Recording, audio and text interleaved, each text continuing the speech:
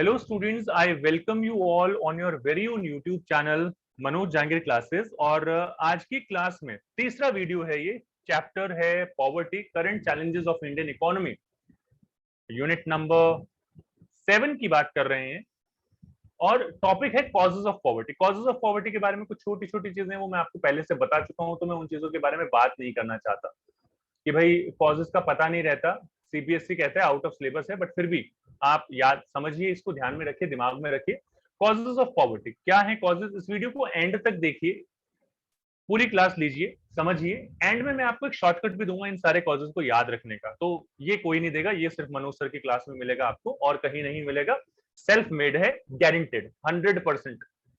तो यहाँ पे आ जाइए, सबसे पहले हम लोग बात कर लेते हैं कॉजेज ऑफ पॉवर्टी। सो क्या क्या कॉजेज हैं यहाँ पर, क्या क्या कॉजेज होते हैं भाई।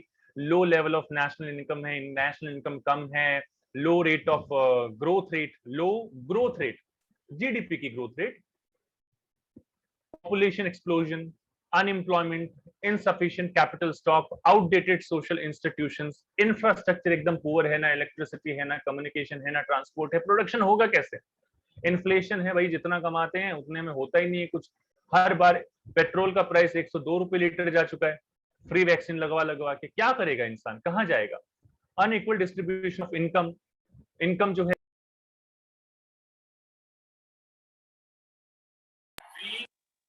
वो कहते हैं ना कि we would like to bring some changes in the economy, but poor class जो है, लोअर मिडिल क्लास है, वो कुछ कर नहीं सकता, उसके हाथ में कुछ नहीं है। उसके बाद अगर हम बात करें मिडिल क्लास की, मिडिल क्लास जो है वो कुछ करना नहीं चाहता, और अपर क्लास जो है उसको कोई फर्क नहीं पड़ता। तो ये छोटी छोटी चीजें हैं, ये यहाँ पर बातें हैं। तो यहाँ पर अनइक्वल डिस्ट्रीब्यूशन नहीं होना चाहिए, मतलब कुछ लोगों के पास तो इनकम बहुत ज्यादा है, कुछ लोगों के पास इनकम बहुत ज्यादा कम है, तो वो चीज नहीं होनी चाहिए। That's what we call unequal distribution of income.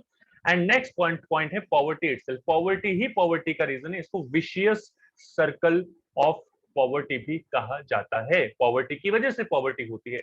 चलिए, जितनी सारी चीजें, इतने सारे पॉइंट्स बता दिए आपको, एक एक करके एक्सप्लेन करते हैं। Let's talk about first of all low national income, low level of national income, low level of GDP.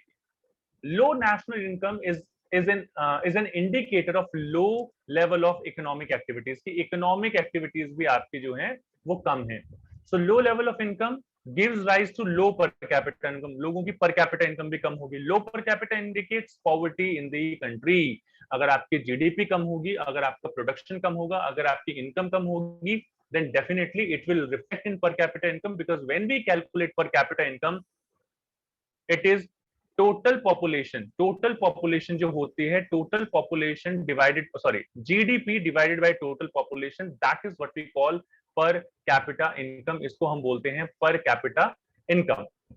So I hope so आप समझ गए हैं, कोई प्रॉब्लम यहाँ पर है नहीं। ये जो फॉर्मूला अभी हमने लिखा है, ये चीज बताई गई है, जीडीपी डिवाइडेड बाय पॉपुलेशन, इसको कहते हैं पीसीआई, पर कैपिटा इनकम। सो लो पर capita income is a result of both low GDP and high population. तो ऐसा नहीं कि जीडीपी का हाथ है यहाँ पर, अगर पॉपुलेशन आपकी ज्यादा है तो बिकॉज ऑफ दैट योर पर capita income can also fall. और भगवान की दुआ से इंडिया की पॉपुलेशन में दिन दुगनी रात चौगुनी तरक्की हो रही है। After China only India is there, और कुछ साल ऐसा ही चलता रहा तो शायद हम सबसे ज्यादा पॉपुलेशन वाली कंट्री होंगे। और कमाल की बात यह है that we don't know that how to use the population as an asset for our economy, हम वो भी नहीं जानते हैं। Next is low economic growth rate. Economic growth rate बहुत कम है। Low economic growth again keeps GDP at lower than desired levels. Desired level से जब जीडीपी कम है, आपका नेशनल इनकम कम है, दैट्स व्हाट, जो ग्रोथ की रेट है वो कम है। एक तो नेशनल इनकम कम है, दूसरा उसकी ग्रोथ भी कम है, which means less growth in economic activities. अब obviously whenever we talk about economic growth, what is economic growth? Economic growth का मतलब है भाई कि आप जो है गुड्स एंड सर्विसेज का प्रोडक्शन बढ़ रहा है। अगर इकोनॉमिक ग्रोथ हो रही है तो गुड्स एंड सर्विसेज का प्रोडक्शन बढ़ रहा है for over a long period of time, sustainability के साथ, इंसेसेंटली, कॉन्टिन्यूअसली। परसिस्टेंटली इंक्रीज हो रहा है, that's what we call economic growth. So अगर इकोनॉमिक ग्रोथ की वैल्यू कम रहेगी, अगर गुड्स एंड सर्विसेज का प्रोडक्शन कम होगा, इकोनॉमिक एक्टिविटीज भी कम है, कहने का मतलब in the country, and thus resulting in poverty. आप प्रोडक्शन ही नहीं कर रहे हैं तो फिर एम्प्लॉयमेंट कहां से होगी? Indian GDP growth during planning periods has been 5% on an average. सिर्फ 5% थी। 5% से क्या होता है? इन्फ्लेशन हमारी इससे भी ज्यादा पहुंच जाती है, तो दैट्स अ बिग प्रॉब्लम। तो ये सॉर्ट आउट होना चाहिए। आपको एक्सटर्नैलिटी नेशनल इनकम के बारे में पढ़ाया था हमने, तो उस वक्त ये डिस्कशन किया था कि आपके रेट ऑफ ग्रोथ और रेट ऑफ पॉपुलेशन ज्यादा है रेट ऑफ ग्रोथ से, तो फिर भूल जाइए कुछ होगा, या रेट ऑफ इन्फ्लेशन ज्यादा है रेट ऑफ ग्रोथ से, तो भूल जाइए कि कहीं कुछ स्टैंडर्ड लिविंग स्टैंडर्ड इंप्रूव होगा लोगों का, या कुछ ऐसी चीजें होंगी। नहीं, ऐसा नहीं हो सकता। The third point is population explosion. So if you talk about population explosion, अगर हम पॉपुलेशन एक्सप्लोजन की बात करते हैं, then in that case what will happen? Population explosion मतलब बहुत सारे लोग, बहुत सारी पॉपुलेशन ग्रोथ हो रही है। अब चाइना में कम कर दिया है, फिर भी वन चाइल्ड नॉर्म पॉलिसी आ गई थी। इंडिया में वो कम नहीं हो पाया। आई थिंक 1978 में चाइना ने ये पॉलिसी फॉलो की थी, और काफी इम्पैक्ट उसका जो है मिला, उसका इम्पैक्ट हुआ। अब यहां पर अगर हम बात करें तो high population puts pressure on the resources of the economy. अब भाई रिसोर्सेज जाएंगे कहां पर? रिसोर्सेज तो जो हमारे पास हैं वो एग्जिस्टिंग रिसोर्सेज पे ही प्रेशर आएगा, वहीं पे उन्हीं की बात करेंगे, वही चीजें हो सकती हैं। तो if the population will increase, it will create a pressure on the existing population, existing the income basically. So and requires matching increase in GDP to create sufficient employment opportunities. अब आप अगर पॉपुलेशन इंक्रीज हो रही है तो आप ध्यान दीजिए कि आपकी एम्प्लॉयमेंट भी बढ़े, एम्प्लॉयमेंट बढ़ेगी तो जीडीपी भी बढ़ेगी। अदरवाइज अगर ये दोनों चीजें नहीं, एम्प्लॉयमेंट इंक्रीज नहीं हुआ, जीडीपी इंक्रीज नहीं हुआ, पर कैपिटा इनकम अपने आप नीचे चली जाएगी। सो इन सारी चीजों के लिए आपको इंफ्रास्ट्रक्चर फैसिलिटीज वगैरह भी बढ़ानी पड़ेगी कंट्री में, इसका भी एक सेपरेट पॉइंट हम लोग डिस्कस करेंगे। So rise in population is due to rapid fall in death rate. अब ये एकदम से ऐसा क्यों होता है? ये दो चीजें हमने फर्स्ट चैप्टर में भी पढ़ी थी, अगर आपको याद हो तो। whenever we talk about rise in population, 1921 which is known as the great year of divide, question important है, नोटबुक में लिख लीजिएगा। 1921 के बाद पॉपुलेशन कभी कम नहीं हुई इंडिया की, और इसके पीछे रीजन क्या था? रीजन यही था कि भाई हमारी डेथ रेट जो है वो कम हो गई because of good medical care facilities and all such things, लेकिन बर्थ रेट हमारी जो है वो ज्यादा ही रही, उसमें कोई चेंज नहीं आया। तो fall in the death rate कम हो गई, birth rate as it is बनी रही है, ज्यादा थी, because of that population explosion is the consequence. Unemployment, lack of employment opportunities. Why people are poor? They are poor because if they are willing to work, they are able to work, they are willing to work, they are not getting employment opportunities. Employment opportunities ही नहीं मिल रही। तो employment means lack of, unemployment means lack of job for those who are able and willing to work at prevailing market wage rate, कि मेरे को तो market में जिस rate पर एम्प्लॉयमेंट मिलेगी, I will be able to do my job at that particular wage rate. But the irony is that we don't have employment opportunities, ample employment opportunities for the people. So unemployment is a result of low GDP, production kam hai because of that low GDP hai, and low economic growth and high population. So all the aspects which are related to that particular thing, I have shown them. GDP कम है because of low economic growth and high population. Population ज्यादा है, आपकी population ज्यादा होगी, GDP में कोई growth नहीं होगा, आपका स्टैंडर्ड अपने आप नीचे हो जाएगा। So you need to focus on increase in GDP, production पे ध्यान दो। चाइना ने यही किया था 1958 में, ग्रेट लीप फॉरवर्ड के अकॉर्डिंग चाइना ने कहा कि every household will produce something in their backyard. Production activities, मतलब भरमार कर दो प्रोडक्शन एक्टिविटीज की, अपने आप प्रोडक्शन होगा तो इनकम अपने आप बढ़ेगी। कुछ भी छोटा मोटा बिजनेस कर लो, whatever you can do. So that kind of intention, lack of intention of the government, lack of management of government is there, and that's why such kind of things are creating a problem for an economy like India. Otherwise ऐसा कोई problem नहीं है। आप ऐसे आप rising population को अगर control करो, एसेट में कन्वर्ट कर दो, तो कोई प्रॉब्लम नहीं है। एम्प्लॉयमेंट क्रेडिट फैसिलिटीज अवेलेबल करवा दो, छोटा मोटा लोन लेके कुछ भी करने लग जाए, बहुत सारे काम है। Next is insufficient capital stock. Capital stock ये देखिए, कैपिटल स्टॉक मशीनरी, ये बड़ी बड़ी मशीनरी, इस तरीके की चीजें ये नहीं है। इन्वेस्ट नहीं करना चाहते लोग मशीनरी वगैरह में। मशीनरी वगैरह इन्वेस्ट करोगे, लाओगे, आपका प्रोडक्शन इंक्रीज होगा, एम्प्लॉयमेंट इंक्रीज होगी। सो अगर आपके पास कैपिटल स्टॉक नहीं है, लाइक कैपिटल गुड्स, अगर आपके पास मशीनरी नहीं है, अगर आपके पास प्लांट नहीं है, इस तरीके की चीजें आपके पास नहीं है, तो insufficient capital stock means less production capacity. आपकी प्रोडक्शन कैपेसिटी अपने आप कम हो जाएगी। आपको पता है machineries, if machineries will be used, then production will increase, ज्यादा होगा production.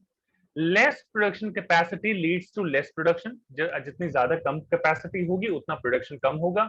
Less production means less employment, less employment means low level of income, and low level of income will result in poverty. Very simple. Production पे ध्यान दो, everything is related to production.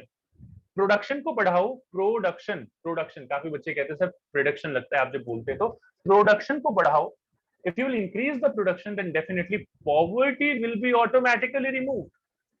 आपको सोचने की जरूरत ही नहीं है, लोग हायर करेंगे लेबर को, एम्प्लॉयमेंट होगी, गुड्स एंड सर्विसेज प्रोड्यूस होंगे, इनकम विल इंक्रीज।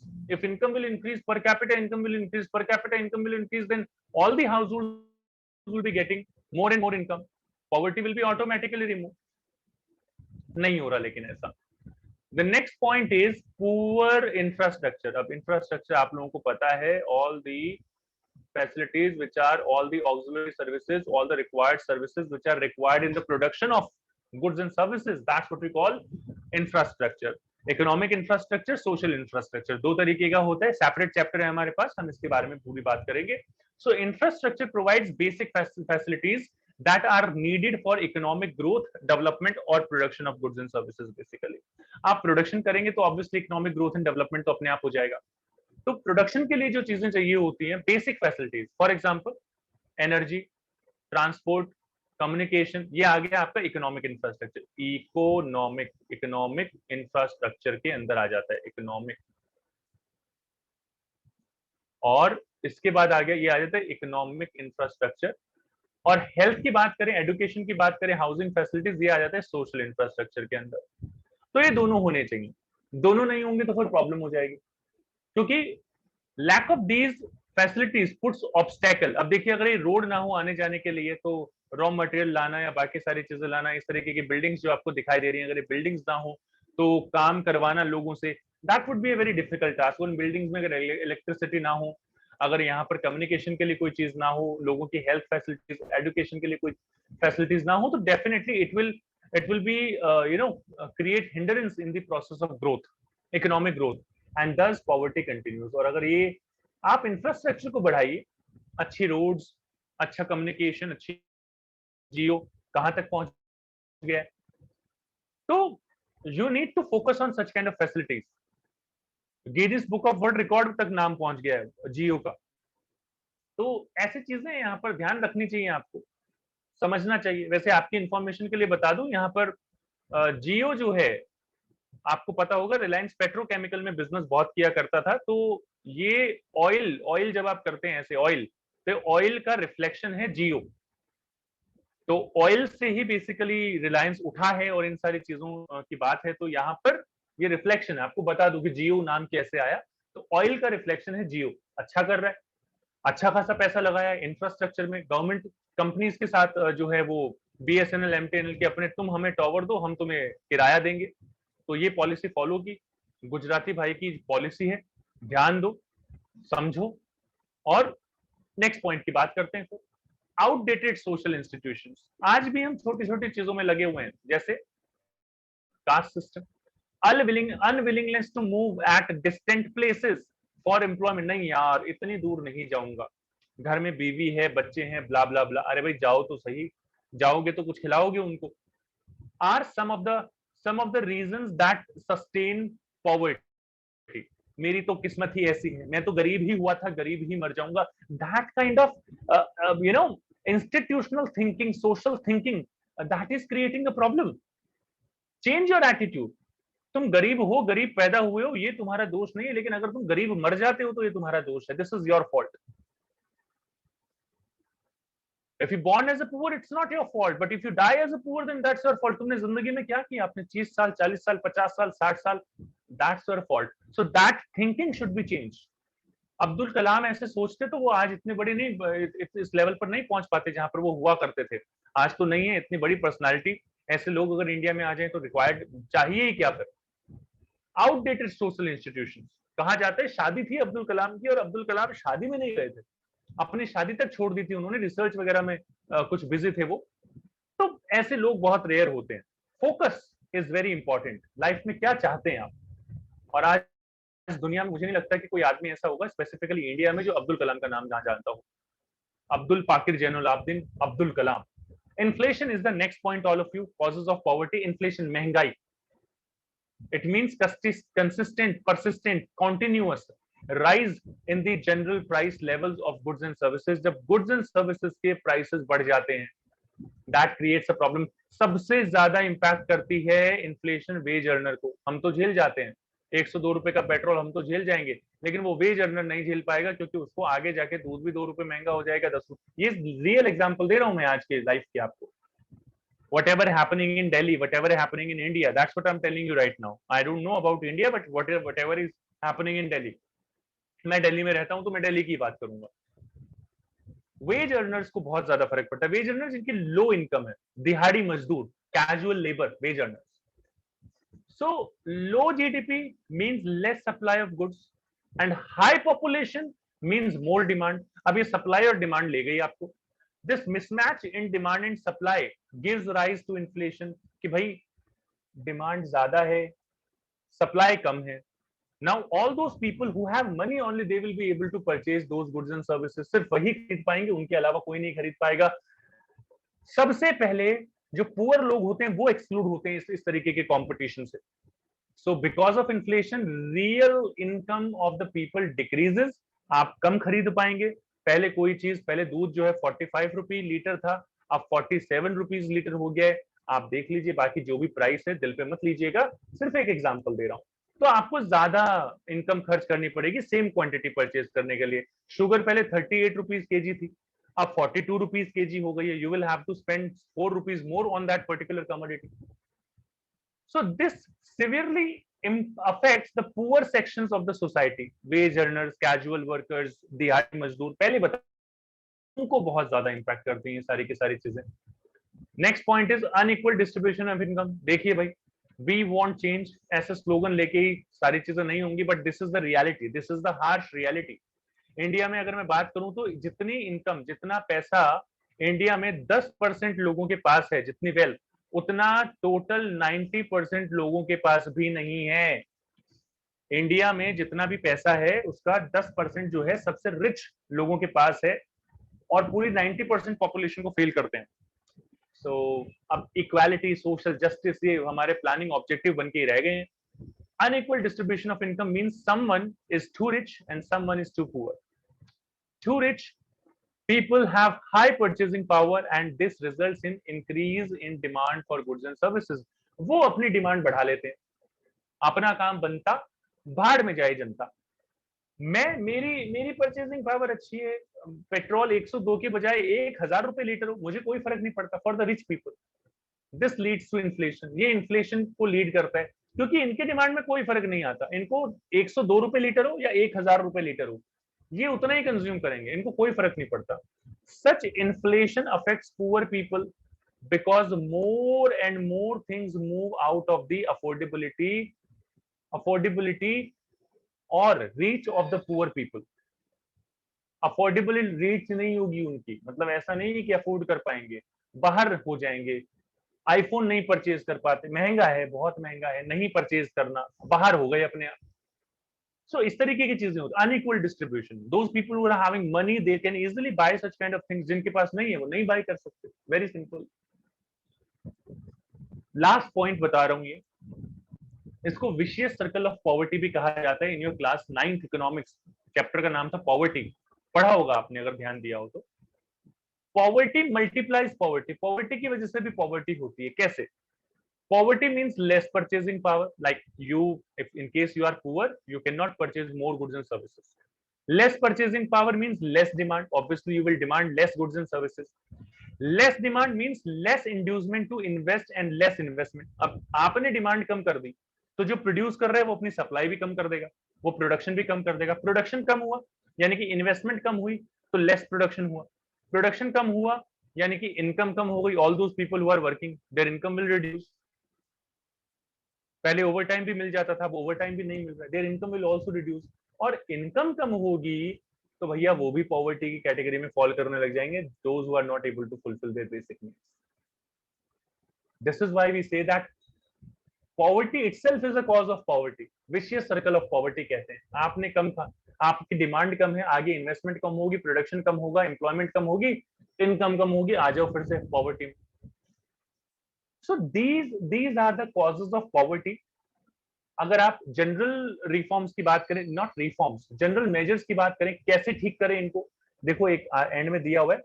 इन सारे पॉइंट्स को रिवर्स कर दो, करेक्ट कर दो, आपके पास सॉल्यूशन आ जाएगा. जनरल रिफॉर्म्स होते कभी पेपर में नहीं पूछे जाते. ये जैसे कि कॉजेज, ये एक रिकैप है.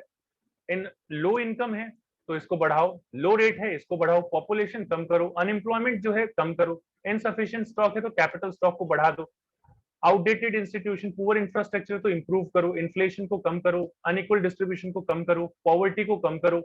तो ये सारी चीजें अगर आप दूर कर देंगे तो आपके पास सॉल्यूशन आ जाएगा. मैंने आपको एक छोटा सा यहाँ पर पॉइंट दिया है याद करने के लिए, जिसके लिए मैंने वीडियो के स्टार्टिंग में आपको बताया था, प्यारी Indira Gandhi admitted in ICU. इस तरीके से आप इन सारी चीजों को रिलेट करते हैं. P for population, I for inflation या illiteracy, G for growth rate, A for A for able and efficient entrepreneurs. So lack of able and efficient entrepreneurs. In यानी कि infrastructure.